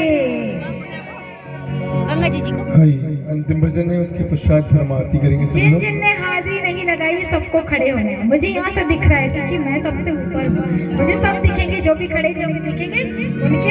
आप मुझे नहीं पता, ठाकुर जी देख रहे हैं, आपके सामने बैठे हैं, ठाकुर जी बैठे, आप जानो। चलिए, एक बार सभी लोग मिलकर जयकारा लगाइए। बोलिए वृंदावन बिहारी लाल की जय हो। और ये भाव से नाचते हुए भक्ति करते भाव हुए से तालियों की सेवा देते हुए खड़े हो जाइए। ठीक है, आरती कर लीजिए, खड़े हो जाइए। पैर दुखने लगे होंगे, अकड़ गए होंगे, खड़े हो जाइए। बढ़िया भाव से नृत्य करेंगे, उसके पश्चात फिर कोई भी बैठा नहीं दिखना चाहिए मुझे, नहीं तो हाजिरी नहीं लगेगी, मुझे नहीं पता। कचरा रे तेरे मोटी मोटी ने। पुरुष भी खड़े हो जाएंगे।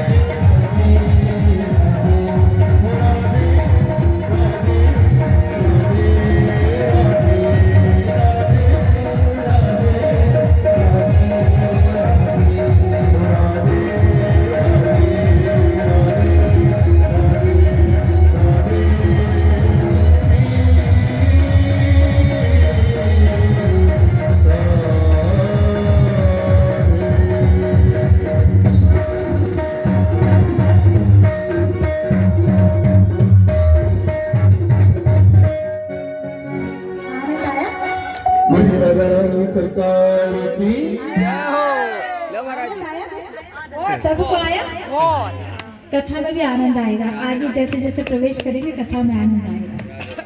आज तो वैसे भी आधा ध्यान आपको घर में लगा होगा, तो कथा अगर हम सुन भी रहे ना तो हमारे ध्यान में नहीं आएगी कि हमने क्या कहा है, क्योंकि सबका ध्यान घर में है। सुबह से निकले हैं।